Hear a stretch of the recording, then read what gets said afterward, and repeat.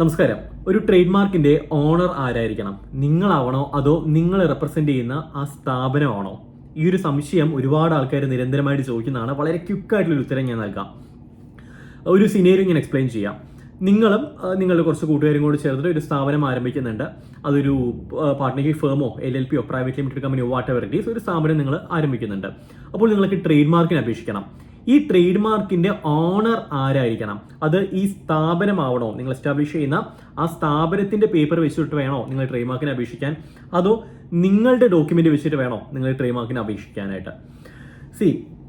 രണ്ടും ഓക്കെയാണ്. അൾട്ടിമേറ്റ് ഉദ്ദേശം എന്ന് വെച്ച് കഴിഞ്ഞാൽ ആ പേര് പ്രൊട്ടക്ട് ചെയ്യുക എന്നുള്ളതാണല്ലോ. അപ്പോൾ രണ്ടും ഓക്കെയാണ്. പക്ഷേ ചില സിനേരിയോയിൽ ഈ ഒന്നില്ലെങ്കിൽ പാർട്ട്ണറിന്റെ പേരിൽ ചെയ്യേണ്ടതായിട്ട് വരും, അല്ലാന്നുണ്ടെങ്കിൽ ഈ സ്ഥാപനത്തിന്റെ പേരിൽ ചെയ്യേണ്ടതായിട്ട് വരും. ഞാൻ ഓരോന്നായിട്ട് എക്സ്പ്ലെയിൻ ചെയ്യാം. ഈ ഒരു ബിസിനസ് ഐഡിയ നിങ്ങളുടേതാണെന്നുണ്ടെങ്കിൽ, എക്സ്ക്ലൂസീവ്ലി നിങ്ങളുടെ ഐഡിയ മാത്രമാണ് ഈ ബിസിനസ്. ഈ ഒരു സ്ഥാപനം ഫോം ചെയ്യുന്നത് ജസ്റ്റ് ഒരു ഫോർമാലിറ്റിക്ക് വേണ്ടി മാത്രമാണ്, അല്ലാന്നുണ്ടെങ്കിൽ ഒരു ഇൻവെസ്റ്റ്മെന്റ് ലഭിക്കാൻ വേണ്ടി മാത്രമാണ് ഈ ഒരു സ്ഥാപനം നിങ്ങൾ ഫോം ചെയ്യുന്നത്. അല്ലാതെ ഇതിലെ മറ്റ് പാർട്ട്നേഴ്സിനോ ഡയറക്ടേഴ്സിനോ വലിയ ഈ ഒരു സ്ഥാപനത്തിന്റെ ബ്രാൻഡുമായിട്ട് വലിയൊരു ബന്ധമില്ല എന്നുണ്ടെങ്കിൽ മാത്രം നിങ്ങളുടെ പേരിൽ നിങ്ങൾ അപ്ലൈ ചെയ്യാം, നിങ്ങളുടെ ഓണർഷിപ്പിൽ നിങ്ങൾ അപ്ലൈ ചെയ്യാം. ഓക്കെ, ഇനി ഇതൊരു കൂട്ടായ്മയാണെന്ന് വിചാരിക്കുക. 3 പേര് 4 പേരൊക്കെ അല്ലെങ്കിൽ 2 പേരൊക്കെ ഒരുമിച്ച് ചേർന്ന് അവര് വികസിപ്പിച്ചെടുത്തൊരു ഐഡിയ ആണ്. ഈ ഐഡിയ വെച്ചുകൊണ്ട് അവരൊരു സ്ഥാപനം ഫോം ചെയ്യുന്നു.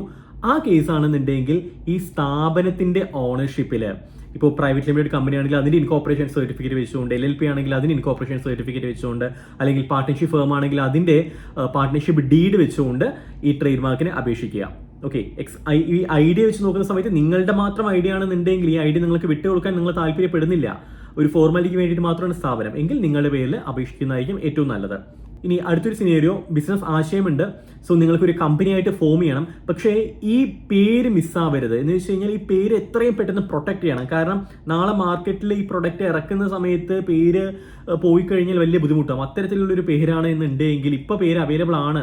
സോ കമ്പനി ഫോം ചെയ്ത് വരാനായിട്ട് എങ്ങനെ പോയി കഴിഞ്ഞാലും 1 മാസത്തിനടുത്തൊക്കെ സമയം വരും അതിന്റെ ഡോക്യുമെന്റ്സ് എല്ലാം കിട്ടി വരാനൊക്കെ ആയിട്ട്.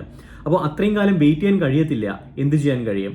ഈ കേസിൽ വേണമെന്നുണ്ടെങ്കിൽ നിങ്ങൾക്ക് നിങ്ങളുടെ ഓണർഷിപ്പിൽ നിങ്ങളുടെ പേഴ്സണൽ ഡീറ്റെയിൽസ് വെച്ചുകൊണ്ട് ട്രേഡ് മാർക്കിന് അപേക്ഷിക്കാം. എന്ന് വെച്ച് കഴിഞ്ഞാൽ ആ ട്രേഡ് മാർക്കിന്റെ ഓണർ നിങ്ങളായിരിക്കും.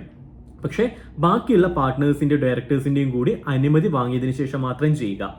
ഓക്കെ, അങ്ങനെ ചെയ്ത് ഈ ട്രേഡ് മാർക്കിന്റെ ഓണർഷിപ്പ് ഈ കമ്പനിയുടെ പേരിലേക്ക് പിന്നീട് മാറ്റണമെന്ന് നിർബന്ധമൊന്നുമില്ല. വേണമെന്നുണ്ടെങ്കിൽ നിങ്ങൾക്ക് മാറ്റാനായിട്ട് കുറച്ച് പ്രൊസീജിയേഴ്സ് ഉണ്ട്. ഞാൻ ഏറ്റവും ലാസ്റ്റ് പറയാം. ആ കമ്പനിയിൽ നിങ്ങൾ തുടരുന്നിടത്തോളം കാലം പ്രശ്നമൊന്നും വരുന്നില്ല. ആ കമ്പനിയിൽ നിന്ന് നിങ്ങൾ വിട്ടുപോകുന്ന സമയത്താണ് ഈ ട്രേഡ് മാർക്ക് ട്രാൻസ്ഫർ ചെയ്യേണ്ടത്. കാരണം അൾട്ടിമേറ്റ് ഉദ്ദേശം എന്താണ്? ആ പേര് പ്രൊട്ടക്ട് ചെയ്യണം മറ്റൊരാൾ യൂസ് ചെയ്യുന്നതിൽ നിന്നും. നിങ്ങളുടെ സ്ഥാപനത്തിന് എക്സ്ക്ലൂസീവ് റൈറ്റ് ആ പേരിന് മേലെ വേണം. അപ്പോൾ അതിനായിട്ട് നിങ്ങളുടെ ഓണർഷിപ്പിൽ കീപ്പ് ചെയ്ത് കഴിഞ്ഞാലും പ്രശ്നമൊന്നുമില്ല. അല്ല, നിങ്ങൾക്ക് വേണമെന്നുണ്ടെങ്കിൽ ഈ സ്ഥാപനത്തിന്റെ പേരിലേക്ക് പിന്നീട് മാറ്റാനായിട്ട് കുറച്ച് എക്സ്പെൻസീവ് ആണ്. എക്സ്പെൻസീവ് സെൻസ് ഒരു കമ്പനി ഈ ട്രേഡ് മാർക്ക് എടുക്കുന്നതിനേക്കാളും കുറച്ചുകൂടെ ഹയർ എക്സ്പെൻസീവ് ആണ്. അപ്പോൾ ഈ ഒരു കാര്യം കൂടി മനസ്സിൽ വയ്ക്കുക.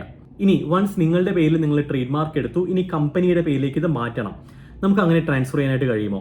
നമുക്ക് ട്രാൻസ്ഫർ ചെയ്യാനായിട്ട് കഴിയും. അത് ചെയ്യണമെങ്കിൽ ഒരു സെയിൽസ് എഗ്രിമെന്റ് വെച്ചുകൊണ്ട് നമ്മുടെ ഈ ട്രേഡ് മാർക്ക് ഈ കമ്പനിയിലേക്ക് വിൽക്കുന്നത് പോലെ കാണിക്കേണ്ടതായിട്ട് വരും. അങ്ങനെ കാണിക്കുന്ന സമയത്ത് നിങ്ങൾക്ക് സെയിൽസ് എഗ്രിമെന്റ് ഉണ്ടാക്കേണ്ടതായിട്ട് വരും, അത് നോട്ടറൈസ് ചെയ്യേണ്ടതായിട്ട് വരും, അഫിഡവിറ്റ് ഉണ്ടാക്കേണ്ടതായിട്ട് വരും, അത് നോട്ടറൈസ് ചെയ്യേണ്ടതായിട്ട് വരും. ആൻഡ് നമുക്ക് 9,000 rupees ഗവൺമെന്റ് ഫീസ് വരുന്നുണ്ടാവും.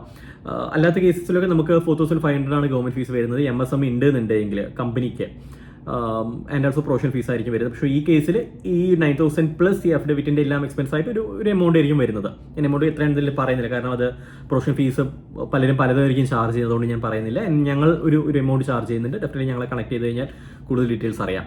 അപ്പം ആ ഒരു എമൗണ്ട് വരുന്നുണ്ടാവും. അപ്പം ഇത് നിങ്ങൾ വളരെ വ്യക്തമായിട്ട് മനസ്സിലാക്കിയതിന് ശേഷം മാത്രം ട്രേഡ് മാർക്ക് ആരുടെ പേരിൽ അപേക്ഷിക്കണം എന്നുള്ളത് ഡിസൈഡ് ചെയ്യുക. പല കേസസിലും വന്നിട്ടുള്ള ഒരു പ്രശ്നം, ട്രേഡ് മാർക്കിന് അപേക്ഷിച്ചത് ഏതെങ്കിലും ഒരു പാർട്ട്ണറുടെ പേരിലായിരിക്കും. ആ പാർട്ട്ണർ പിരിഞ്ഞുപോയി, അല്ലെന്നുണ്ടെങ്കിൽ ആ പാർട്ട്ണർ എക്സ്പയർ ആയി എന്ന് വിചാരിക്കുക. ഈ കേസിൽ ഈ ട്രേഡ് മാർക്കിന്റെ ഓണർഷിപ്പ് പിരിഞ്ഞു പോയി കഴിഞ്ഞാൽ അദ്ദേഹത്തിന് ചോദിച്ചു വാങ്ങണം. പക്ഷേ പിണങ്ങി പോയിട്ടുണ്ടെന്നുണ്ടെങ്കിൽ അദ്ദേഹം തന്നു എന്ന് വരത്തില്ല. അപ്പോൾ വലിയൊരു ബുദ്ധിമുട്ടായിരിക്കും ആ സമയത്ത് വരുന്നത്. എക്സ്പയർ ആയിരുന്നുണ്ടെങ്കിൽ നമുക്ക് ഒന്നും ചെയ്യാൻ കഴിയത്തില്ല. അത് നമ്മൾ നെക്സ്റ്റ് നോമിനി ആരാണോ അതെല്ലാം നോക്കിയിട്ട് പോകേണ്ടതായിട്ട് വരും. അതിനുള്ള പ്രൊസീജിയേഴ്സും വളരെ കൂടുതലാണ്. അപ്പം ഇത് വളരെ വ്യക്തമായി മനസ്സിലാക്കിയതിന് ശേഷം മാത്രം, ഇപ്പോൾ കമ്പനിയുടെ പേരിലാണെന്നുണ്ടെങ്കിൽ ആരെല്ലാം വന്നാലും പോയി കഴിഞ്ഞാലും ഈ കമ്പനി എന്ന് പറയുന്നത് അതൊരു സെപ്പറേറ്റ് ലീഗൽ എൻറ്റിറ്റിയാണ്, അത് അതുപോലെ എക്സിസ്റ്റ് ചെയ്യുന്നുണ്ടാവും. അപ്പം ട്രേഡ് മാർക്കും അവിടെ പ്രൊട്ടക്ട് ആയിരിക്കും.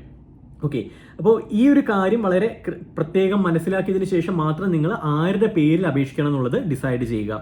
എൻ്റെ ബ്രാൻഡാണ്, ഞാൻ ഉണ്ടാക്കിയ ബ്രാൻഡാണ് എന്നുണ്ടെങ്കിൽ നിങ്ങളുടെ ഓണർഷിപ്പിൽ നിങ്ങൾ ചെയ്യാം. നാളെ നിങ്ങൾ തമ്മിൽ, പാർട്ട്നേഴ്സ് തമ്മിൽ കോൺഫ്ലിക്റ്റ് ഈ കാരണത്താൽ വരരുത്.